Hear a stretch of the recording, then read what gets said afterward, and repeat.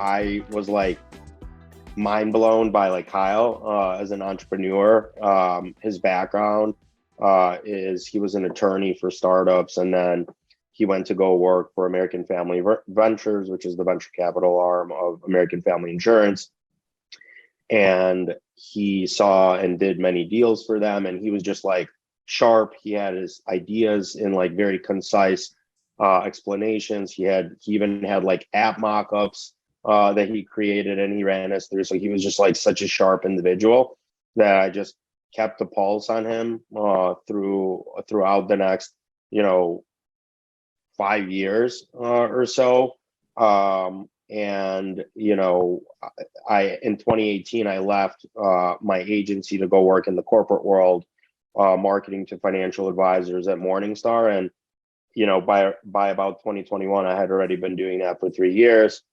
And Kyle and I happened to reconnect, and one thing led to another, and I realized I have an opportunity to come and work here as head of B2B marketing, where we're marketing to insurance agents. So very similar, kind of distribution strategy as we have for financial advisors at Morningstar. And felt like, it was after, working in the startup world and building a business and then getting corporate experience, I felt like it was a really good time to kind of find something in the middle and go work for like a high growth company that's raising venture capital. And that's kind of, what led me to Clearcover. That's cool. The thing that it sounds like one of the first things that we touched on there is that you were in a seat where, especially when you're on like agency side, you get to see so many different businesses. And in the process, first of all, it's fascinating, but also you understand like where you fit the most and what's interesting to you. And it sounds like Kyle had the same thing, right? Like when you're in the venture side, you get to preview a lot of different types of organizations. So you both had this really interesting, probably like pattern recognition of what works, what doesn't, what's interesting to you, where do you want to commit your time type of thing, right? Yeah, for sure. And like, high level, like I was watching an interview of Kyle before we actually connected to make sure I don't misrepresent anything that he would say. But, he mentioned it himself, right? In the venture world, he saw, many insurance tech companies essentially, trying to disrupt the space. He saw what worked, he saw what didn't work.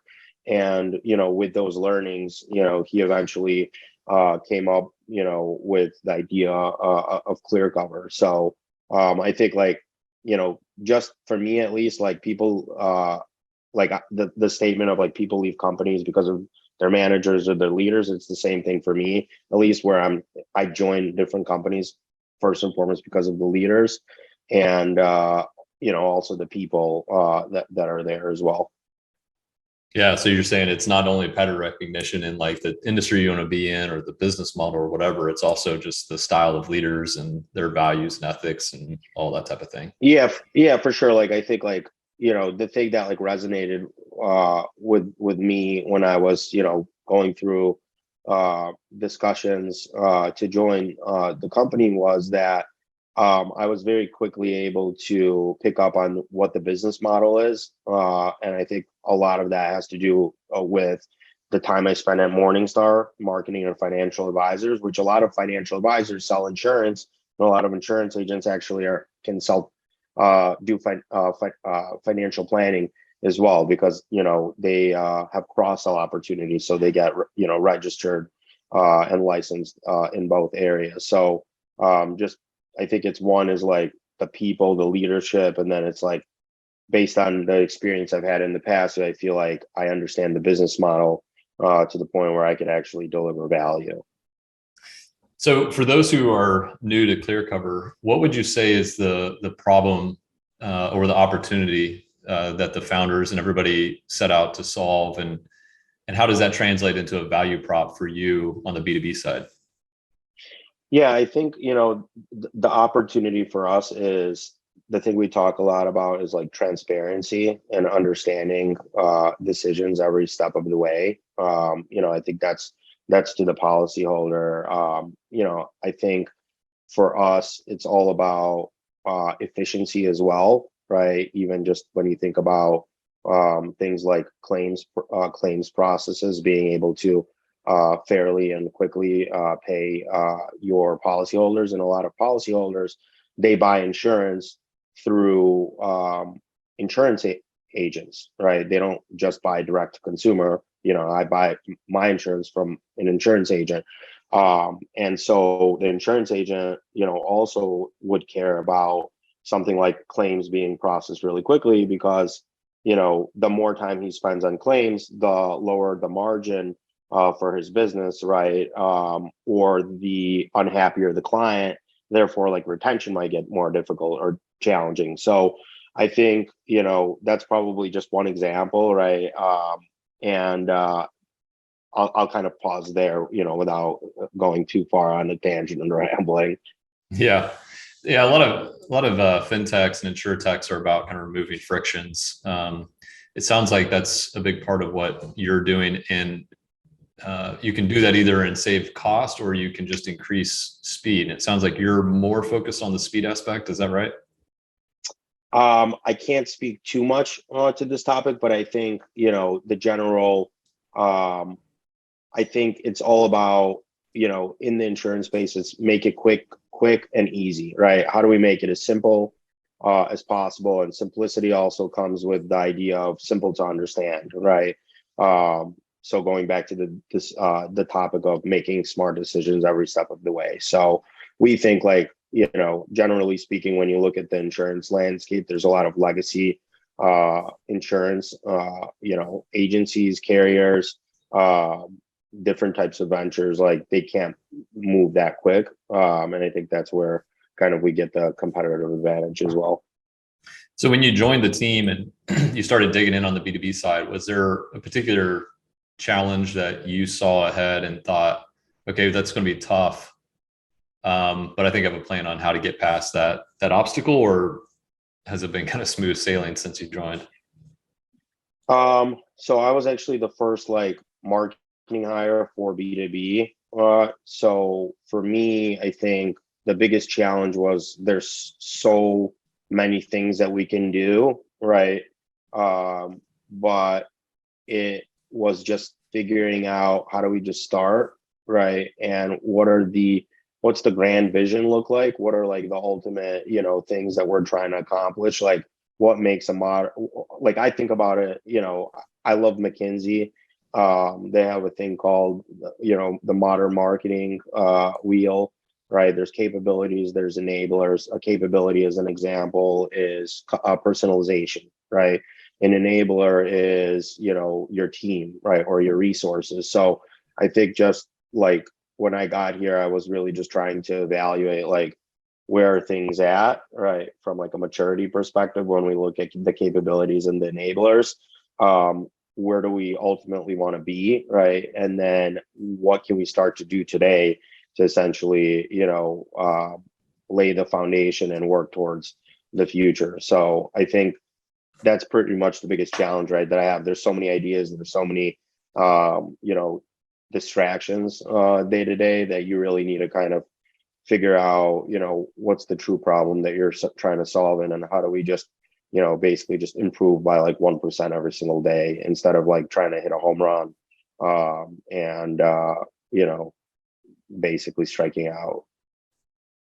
Yeah, there's especially if you're an idea person, like, you're never short on ideas. Sometimes there's people who are idea rich and execution poor, because there's just so many ideas to pursue. Have you found any? You have any pro tips on that front? I think a lot of people struggle with that, because they want to. I think some are almost judged by leadership of, like, how many things are we doing? Ultimately, you hope it's the results are coming in. But have you found any kind of pro tips that work for yourself in terms of prioritizing that and not chasing every idea and filling up the parking lot a little bit more?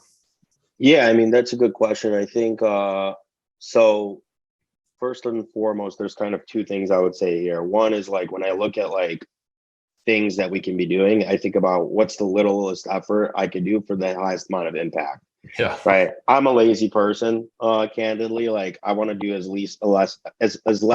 as little as possible for the most possible reward, right?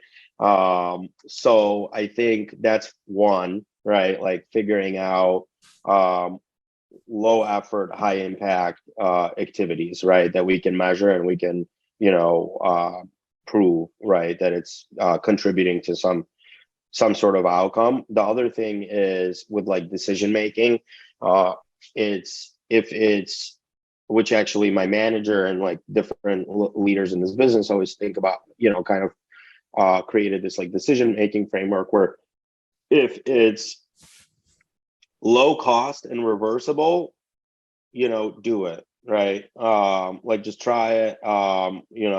If it's high cost and irreversible, right, there needs to be like more thinking around it and like more thought process into it.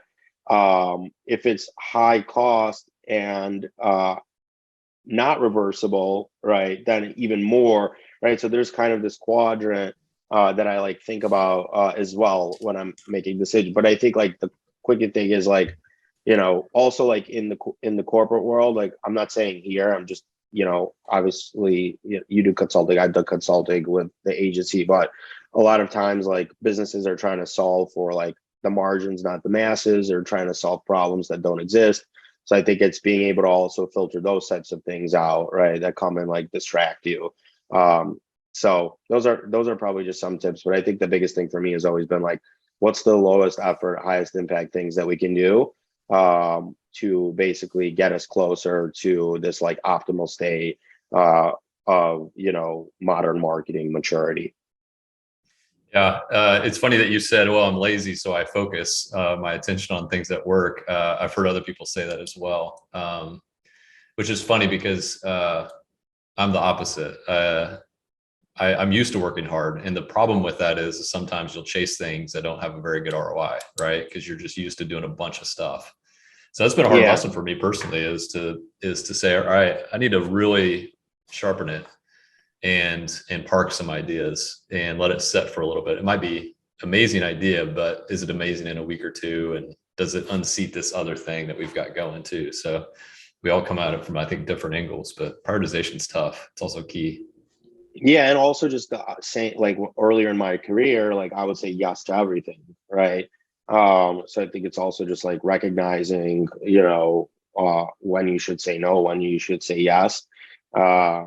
That's like another like very like basic, thing that I'm like still struggling with, and trying to like fight my little devil on the, that sits up here telling me to do it to like try to please someone, but really just again like going back to figuring out what when there's like requests, like what's the problem that we're trying to solve, right?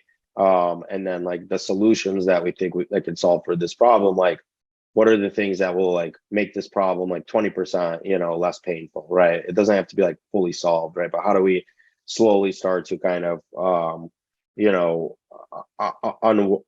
unwind, or develop the concept. Like a good example is, marketing automation, right? Like for good marketing automation, you need really good data in your system, right? So obviously we want to automate everything possible, right? But it's not possible to like, all right, we're gonna go and like we're gonna automate everything, every touch point, every marketing campaign, simply because you might not have the data that you need, right? So just thinking about, here we one of the things that one thing that I've done in the past here before standing up marketing automation tools.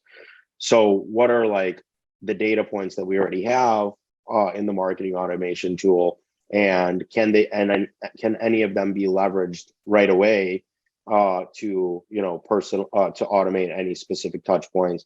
And then what are all the other data points that we need? What are the most critical ones, and will have like the biggest effort on us? So like, one thing, like we have a welcome campaign for in the past, like at Morningstar and here for new partners, right? Where as soon as you become a partner, you're put in automatically into a, campaign. So whereas like in the past, I've seen companies like they would do something like that manually, right? But now we're capturing, like we'll capture a certain event in the system, and then trigger an action. So like, yes, we want everything to be personalized and automated. Like I always hear that in conversation, like, can we automate that? Well, yeah, we can, but we don't have that ability today. So What do you think is the more common misstep by brands? Is it that they are still doing things manually and they haven't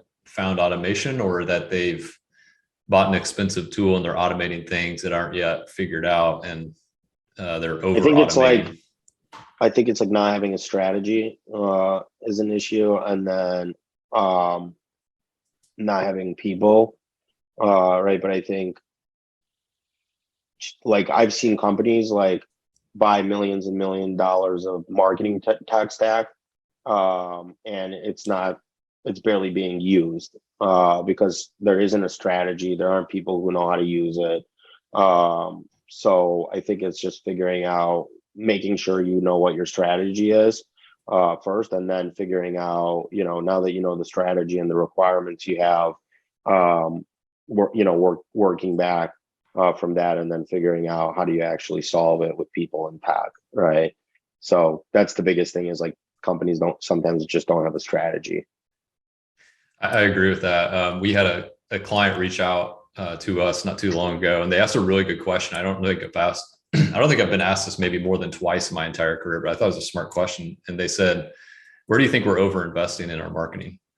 I think I've only been asked that once or twice. And it's a great question. I think you should ask yourself every year, but especially a partner who sees like all of these different approaches, And my answer back was just another question. I said, "Who of all the people that you work with, who has the best salespeople?" And they said, "Probably our CRM automation." And then they mentioned one other. So it's probably where you've overinvested. They're like, "What do you say that?" I'm like, "'Cause you got sold something, right? Like you got sold something that maybe you weren't ready for." And in this particular case, I knew that they had overinvested in a big CRM that they had barely used, which I think is probably 80% of people who have made significant investments. I think 20% use it to great effect. And then Absolutely. 80% wish they could get there, and they haven't yet. And it's a 3-year plan to just probably get to par, almost. Think it just goes down to, like, a lot of companies are just digitally immature, which, that's why I love B2B businesses, because I think, like, there's a lot of opportunity to basically take best practices of, like, B2C, right? And like how advanced the tech is in the B2C world, and apply some of those like practices into B2B. Yeah, a majority of our clients are both B2C and B2B. They have both sides of the house. And so we like that, because we do work with some that are strictly one or the other. It is interesting to me that whenever occasionally you'll talk to a B2B brand, and if you have any kind of B2C experience, they see that as off-putting to them. I've never understood that. I've always felt like you can apply those learnings anywhere. Now, if you've never done B2B, obviously that's not going to work, right? But if you can demonstrate that you can work on both, it's the shared learnings that I think is interesting. And frankly, I think B2B has a lot to learn from B2C. So I agree with your stance. Yeah, but I think the thing about B2B that's different is, like, there's usually a very like tight connection between marketing and sales. Right. Whereas like the B2C process is very like more transactional in nature. And it doesn't require that like close alignment. So I think that's where like a lot of B2B marketing leaders would get like, uh, what's the word? Hesitant, to work with like, or hire like B2C marketers. But tracking in the B2C world, I feel like is a lot more efficient than like the B2B world, right? So you could learn a lot from that into B2B, right? How you're doing attribution, how you're doing targeting, things like that. Hypothetically, if you're starting all over again with a different brand, let's just say it's in the B2B space, maybe similar industry or something, how would you prioritize channels and efforts and team building at like the early stages around seed and series A versus, let's say it goes really well, and then now you're looking at like series E, like right before IPO? Like how do you think about those two growth stages differently, and how would you prioritize that? So just to make sure I understand, there's almost two questions, right? Yep. It's like the team question, and then there's like the marketing question. I mean, I think no matter what, like you should just be building your company with people that like are truly like invested in the vision. So I don't know, like I think early on you kind of need people that, and I'm just thinking from personal experience, like you kind of need people that can do more than one thing, if that makes sense, or wear multiple hats. So, but I think like it's actually a very good question. But I think like as far as like team development, like I think you should right from the get-go, like always put an emphasis on people, right? And just making sure that one is like one thing I learned later in my career is like being just transparent from the start, right? And like um everyone knowing everything, about the financial position of the company.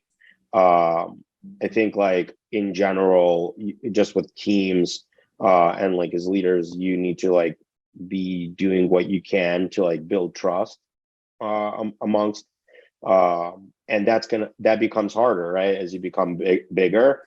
So I think you need to bring in different forms of like communication or different outlets for how you connect with your team as you get bigger, right? Like early on you might not need like these like onboarding handbooks, right? Or you might not be like focused on that, but like as you get bigger, you need more like structure and like process around it. So the other thing is like, early on with team, right? Like you as the CEO, like might not have like um, talent people, right? Or like people that are specifically focused on like people's happiness, right? So as you get bigger, these types of things become, extremely important, especially in the remote world. But like my thing is like my number one thing is like this is like small or big company. Like I just try to basically develop like very, there's a couple of things I'm actually going through leadership training, so it's kind of relevant, but being super candid with people, trying to build like personal connections with them, because like when you have a personal relationship with someone, they can trust you more. I think, being consistent, right? Continuing to like um, delivering basically what you say you're going to deliver, or do what you say you're going to do, right? Like you may not deliver what the outcome that you said. Um, just like things like even like accepting failure, right? Like knowing when you're wrong. As far as like the marketing strategy, I mean, it's kind of a tricky, it's a tricky question to answer, right? Like I Well, think, let me break it down for you, yeah. because it's almost an unfair question because it's so big.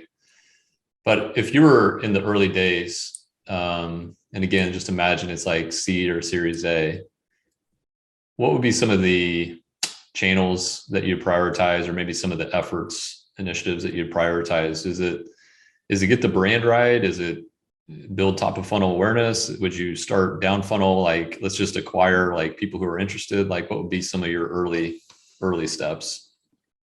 I think just the unit economics probably would be early on, right? Like proving that you have, you understand how much it costs to acquire a customer, and then that's number one, right? I think lifetime value, if you're early on, you may not know it then, but having like proof of concept metrics. So I think brand positioning is really important as well, like knowing exactly who are you targeting and why, right? Like the TAM is like the total addressable market. It's really not that.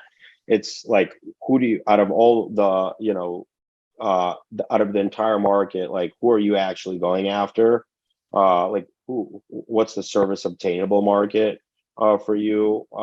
And what do they really care about? And what's going to resonate with them? And like being able to explain that very like concisely, right? Because like investors will just like see if you're not focused, right? So just early on, basically having a thesis, right? And essentially, using, marketing to prove that thesis, right?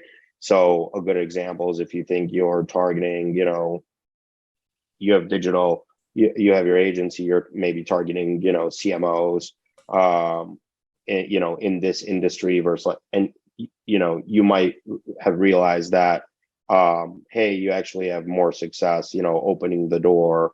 Your cost per lead is actually like better, when you target this type of audience with this type of content, right? So I think like that would be the big thing for me, is like it's all about the unit economics.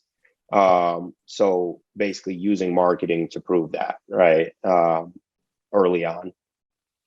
Yeah, it's And then interesting. also obviously acquiring customers. But Yeah, we see a lot of different approaches, and I think everybody frames it up slightly differently. And of course, there isn't one plan that works for everybody because every industry is different. But we'll see some who, it's like you said, they want to kind of fish where the fishing is good and not try to spread the word too much. Just stay really focused on like those who they can acquire, get those unit economics right, gain confidence, and then they can kind of work their way out from there. So it's very kind of down funnel focused.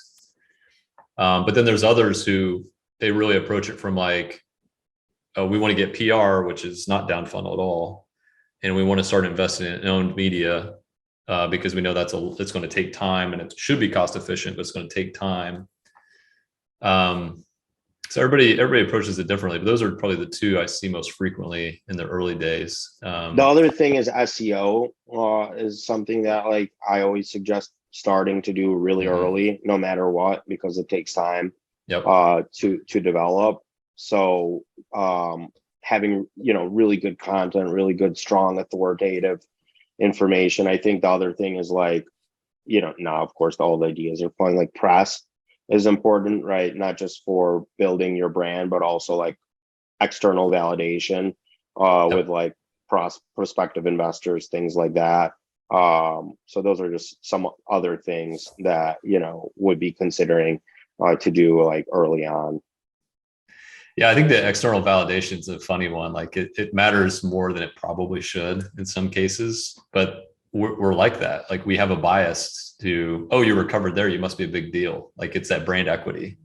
For sure. More the brand equity, I think, matters more than the reach. Because at a quick skim, you get, oh, you were in that publication versus, who's endorsed you, Yeah. And I think also like with customer acquisition, like early on, like less about like buy this stuff, like, and just build a relationship, right? Like find ways to add value to like your target market, right? As opposed to kind of, doing the traditional like buy my stuff, buy my things. I think it's like really like adding value to their worlds. And you'll see like down the road that will help. It's hard to do, but I think it's just like making sure that you're adding value so that in the process they're kind of learning about who you are. And like right now you're adding value to me, right? Like and that's what I did early in my career as well. Like when I started the agency, I was like, how do I go meet people that are like, who I want to work with? And I create, my partners and I, we created Advisor TV. We traveled all over the US. We recorded interviews with all sorts of entrepreneurs that we wanted to kind of get in our ecosystem, and then eventually either, find opportunities with them, find opportunities with their friends, with their network, things like that. So that's cool. So things are going well at Clearcover. What has been some of the more rewarding aspects since you've joined the team? I think I hired my first direct report, so that's been amazing. He's great, and I think just like having the opportunity to build a team is always super rewarding. I think for me also, seeing how fast we grew in terms of headcount. I think I was probably like somewhere around employee number, maybe, 200. We've grown significantly. We've more than doubled headcount. So it's just been really cool to like be a part of, this, we call it rocket turtle here, because we don't want to go too fast, right? We want to go fast, but we want to do it very like smartly, if that makes sense. So those are some things, but definitely like hiring first people to the team, learning about a totally new industry that I've never been a part of, and then also like my whole background, my whole career, I've been doing digital marketing, and it's the first time I'm in a like true marketing leadership role.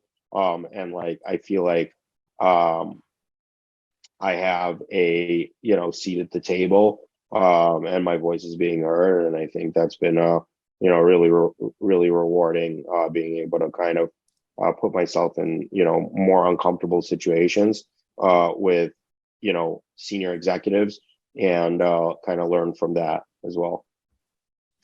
That's awesome. I used to say earlier in my career, I always wanted to know where the steering wheel of the organization was, and then feel like I at least had my hand on it. And it sounds like Yep. you've found that for yourself right now.